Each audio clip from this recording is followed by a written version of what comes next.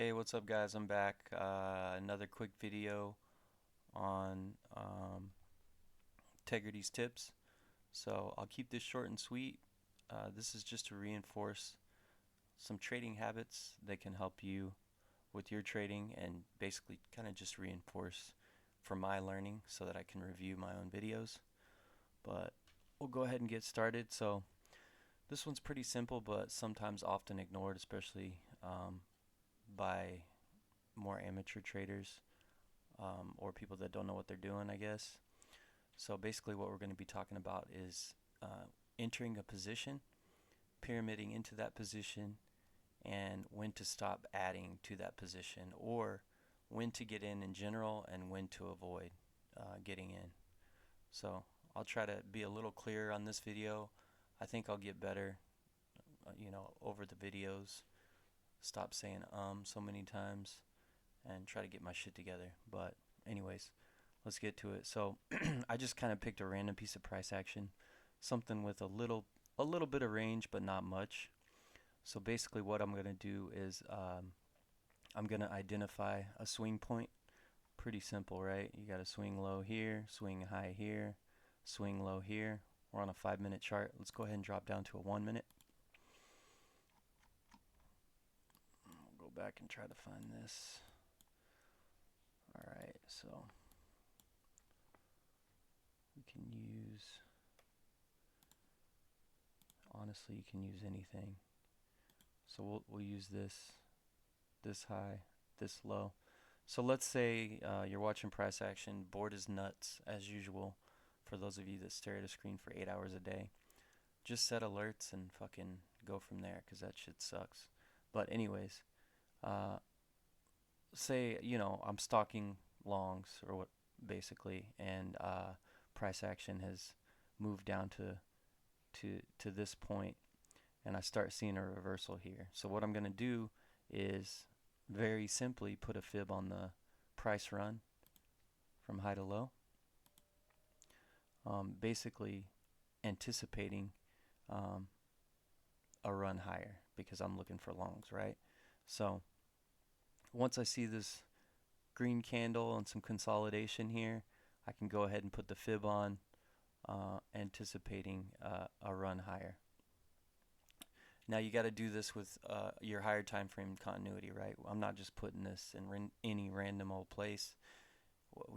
Is price destined to go higher, or are we in a more bearish market? Obviously, we want to be keyed into the current price action before we just put a fib in a random level and then take a trade. So obviously, higher time frame continuity needs to be established first, as well as, and I'm going to get this into this later on, time of day. So the time aspect is way more important than any of these price numbers over here. So let's go ahead and get started. This price run here is Globex.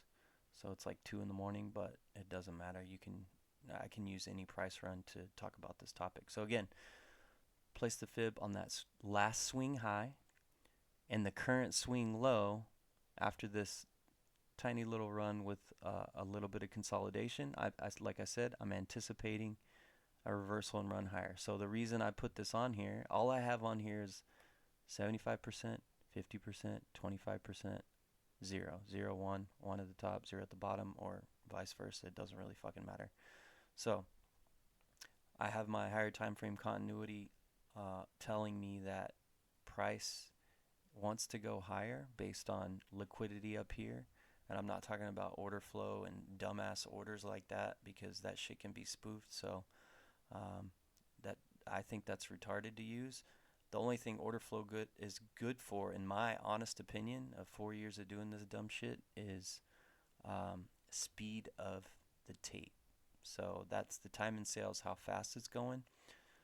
Yeah, you may see some big order lingering up here or down here, but that doesn't mean jack shit. They can just pull it whenever the fuck they want. So uh, I'm just not a fan. It's always confused me anyways when I look at all the numbers flashing on my screen, all the bids and asks and stuff like that. So I just don't use it. But more power to you if you use it. I just suck at it, so I don't use it. But I do use speed of tape, and I do use 1K tick, so 1,000 orders or more. It'll throw a green or red arrow on my screen depending on if it's on the high or low. That does come in handy. I mean, technically that's order flow, but I'm not looking at a DOM or ladder, anything like that. It's something that I don't use. I tried, and I kind of just phased it out. It's not helpful to me. So, simple lesson. So, again, we got our swing points. We got our fib, 25, 50, 75, 1, 0 at the bottom. Anticipating a price run higher. Not saying that it's going to go balls to the wall higher, but I'm just looking for something. It could be a scalp. It could be I'm reaching for price action up here, which it does happen. Takes the liquidity at the top right here. So basically, the key of this lesson is entering at or below the 50% line on your projected price run. So this is going to keep you out of a lot of trouble, because as you know, as price starts climbing higher towards that towards that liquidity at the top, chances of reversal are higher, and then you get butt fucked. So so say we saw the consolidation here. Yeah, we got a slight dip under that 25%, but then it took off up to the 50. I'm not going to enter up here. This is at the 50%. So what can I do?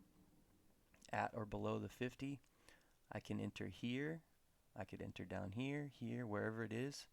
Stop always being below the starting point. But let's say I catch it early. It catches my eye early. As we run through that 25%, as we come back down to this original swing point, I could put my main position on 4 contracts, 6 contracts, whatever it is.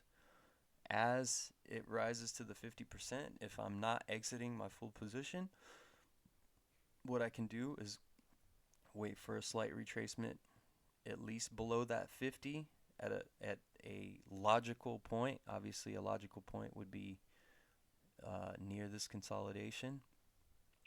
I could add my 3 or 4 more contracts, however it is you trade. Once I have my full position on, I can wait for my exit, which I was aiming for up here. So I would have taken 70, let's just call it 71 to 80. So 9 points, 6 contracts wouldn't be a bad trade at all. You could call it a day from there. You ain't got to stare at the fucking screens all day and go. So this will keep you out of a lot of trouble. I know personally, even 4 years in, sometimes I still think I can outsmart this shit, and I'll just get in up here on a small retracement. That shit's fucking stupid. 9 times out of 10, you get your ass handed to you, you get Swiss cheesed up, and you get fucked. So if you can avoid that, enter always below that 50% mark on your projected price run. So pretty simple. If you guys have any questions, let me know. Again, this is just reinforcing good habits, especially for me. So I think I have a lot of good habits, but sometimes I tend to forget them. And teaching is a great tool to reinforce your own learning. So until I talk to you guys again, peace.